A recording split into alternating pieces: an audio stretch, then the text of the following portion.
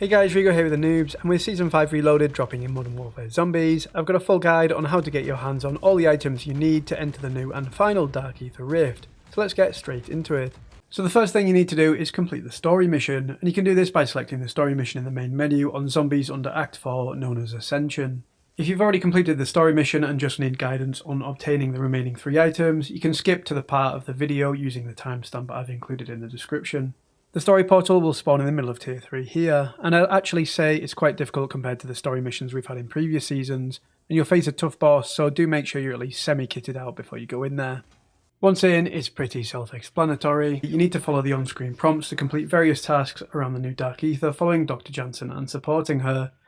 These tasks include things like locating some of the original artifacts from earlier seasons, like the security camera from the yellow circled area, and other things like shooting zombies close to Dr. Jansen. Once you've completed all of these tasks, you'll then need to make your way via on-screen prompts on these floating platforms to the boss fight. You can move around the platforms by running up to the blue gas, and it will fire you to the next platform. You need to take on the boss, and it's a pretty impressive boss fight. Taking down the boss the first time is pretty easy by shooting the areas on the boss when they light up. You'll then have a reward rift which will spawn temporarily, making you think you've defeated the boss, but you'll actually need to take her down again, and she'll be invulnerable at certain points, and you'll need to kill zombies near Dr. Jansen to remove the invulnerability of the boss. You need to rinse and repeat this process until the boss is defeated, and you'll then get the reward rift. This will contain a gold Mr. Peaks bunny rabbit, and this is the first of 4 gold items required.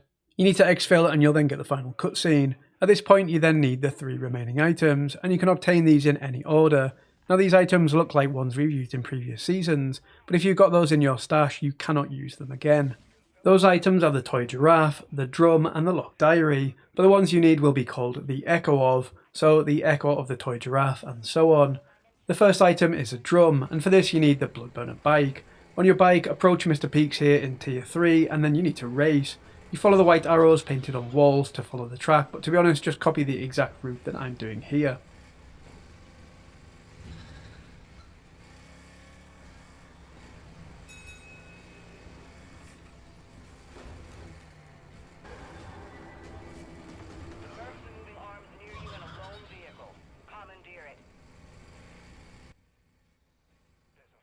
Once you reach the car at the end here, the portal will spawn and you'll get the purple drum.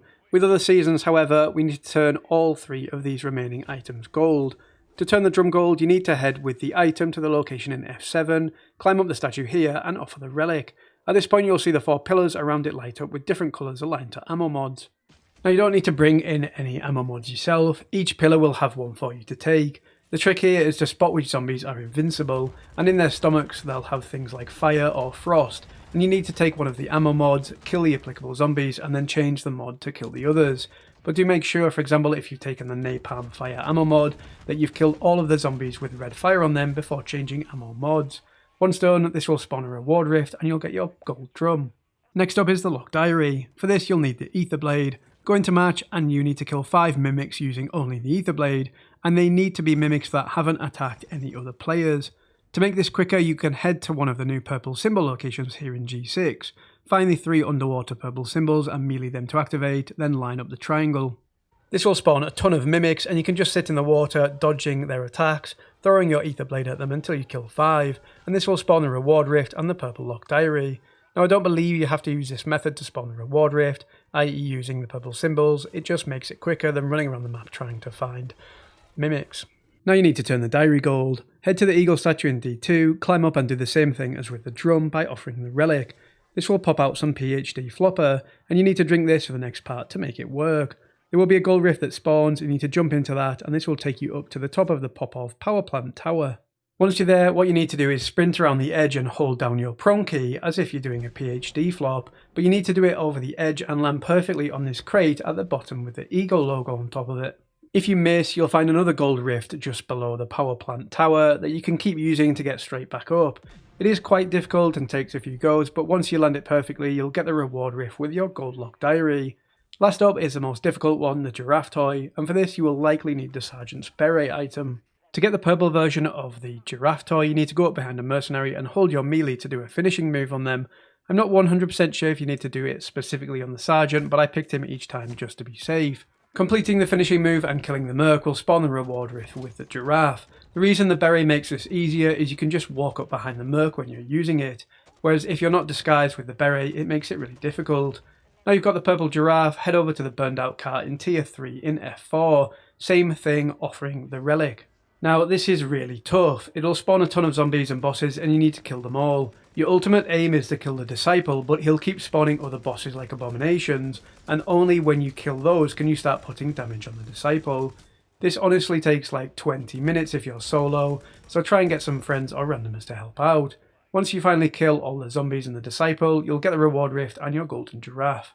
You then need to head to the new rift location in tier 3, F5. Place all of the 4 items on the pedestals like in previous seasons, and this will likely spawn a boss to fight, although it can be quite glitchy, and you can then enter the new and final Dark Aether using a sigil. The Dark Aether is pretty cool and quite difficult to navigate due to poor visibility. From here you can get items like the Disciple Bottle and the Grenade Bandolier, and also the schematics for these, as well as a schematic to permanently increase your stash size to 30.